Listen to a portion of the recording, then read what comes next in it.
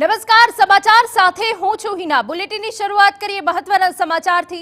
સાબરકાંઠા બેઠક પર ભાજપના ઉમેદવારને લઈ વિવાદ યથાવત છે। લોકસભાના તમામ જિલ્લા સંગઠન હોદ્દેદાર પૂર્વ અને વર્તમાન ધારાસભ્ય સીએમ સાથે બેઠક કરશે। થોડી વારમાં સીએમ ભૂપેન્દ્ર પટેલ સાથે મહત્વપૂર્ણ બેઠક આ વિવાદને લઈને કરવામાં આવશે। બેઠકમાં સાબરકાંઠામાં સર્જાયેલા વિવાદ પર ચર્ચા કરવામાં આવશે। વિવાદ પૂર્ણ કરવા સમજાવશે સીએમ ભૂપેન્દ્ર પટેલ। થોડી વારમાં બેઠક શરૂ થવાની છે અને વિગતો મળી રહી છે તે પ્રમાણે બેઠકમાં પાટીલ અને હર્ષ સંઘવી પણ ઉપસ્થિત રહેવાના છે।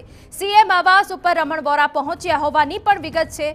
તમને જણાવી દઈએ કે આ વિવાદને લઈને ગઈકાલે હર્ષ સંઘવીએ તમામ સાથે 1-to-1 બેઠક કરી હતી।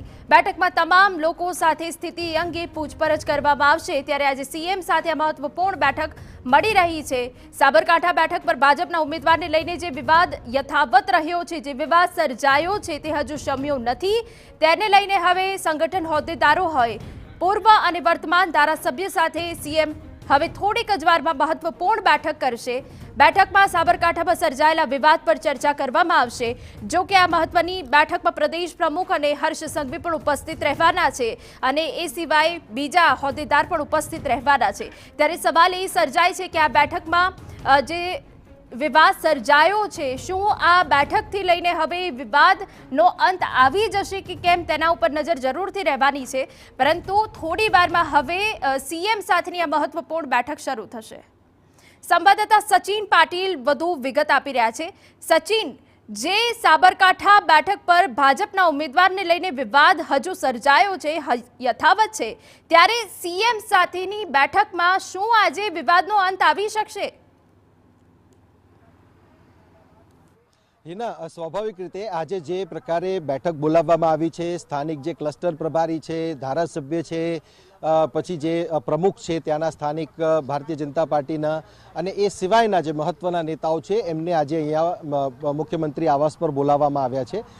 જે પ્રકારે વિરોધ આપણે જોયો છે કે પહેલા જે ઉમેદવાર હતા એમણે પોતાનું અનિચ્છા દર્શાવી અને ત્યારબાદ જે પ્રકારે વિરોધ સામે આવ્યો, વિરોધ આવ્યા બાદ સીઆર પાટીલ છે એમની સાથે મુલાકાત બાદ એમના સૂર બદલાયા।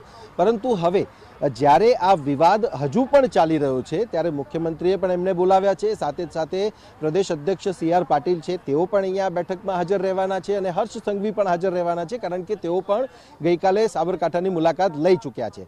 સ્વાભાવિક રીતે સ્થાનિક સંગઠન જે છે એમની જવાબદારી હોય છે કે આ પ્રકારના જે પણ વિરોધ છે એ વિરોધને શાંત કરવાનું, પરંતુ જે પ્રકારની સ્થિતિ આપણે પાછલા દિવસોમાં જોઈ છે અને એ પરિસ્થિતિને ડામવા માટે અને તેનું જે ડેમેજ કંટ્રોલ છે, ડેમેજ કંટ્રોલને રોકવા માટે, કારણ કે હજુ પ્રચાર જે પ્રકારે શરૂ થવો જોઈએ એ પ્રકારે શરૂ થયો નથી અને એવામાં આ પ્રકારની જે પરિસ્થિતિ છે એ પાર્ટીને ક્યાંક નુકસાન ન કરે અને જે લક્ષ્ય છે ભારતીય જનતા પાર્ટીનું કે ગુજરાતમાંથી 26 લોકસભા બેઠક જીતવાની છે ને એ પણ બધી જ બેઠકો 5 લાખની લીડથી, તો આ જે લક્ષ્ય છે એ લક્ષ્યને પણ પાર કરવાનું છે। ભારતીય જનતા પાર્ટીના પ્રદેશ અધ્યક્ષ સીઆર પાટીલ, મુખ્યમંત્રી ભૂપેન્દ્રભાઈ પટેલ, એમનો એક જ ગોલ છે, એમનો એક જ મોટિવ છે કે આ જે વિરોધ છે વિરોધને શાંત કરવામાં આવે, ડામવામાં આવે, જેના કારણે જે આ ડેમેજ કંટ્રોલ થાય એ ડેમેજ કંટ્રોલની સ્થિતિ બીજી જગ્યાએ નુકસાન ન કરે। ત્યારે આ બધી જ બાબતોને ધ્યાનમાં લઈને આજની આ બેઠક બોલાવવામાં આવી છે અને સ્વાભાવિક રીતે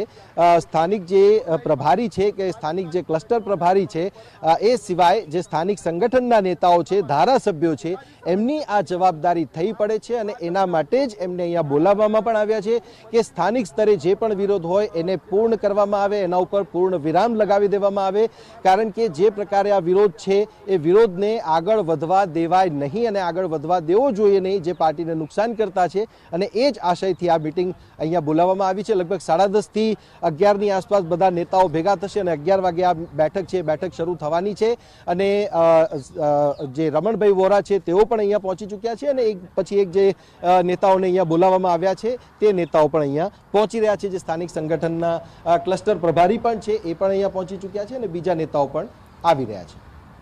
બેકો સચિન, ખૂબ અગત્યની જાણકારી આપી છે કે 11 વાગે આ મહત્વની બેઠક મળવાની છે અને બેઠકમાં તમામ લોકો સાથે સ્થિતિ અંગે પૂછપરછ કરાશે।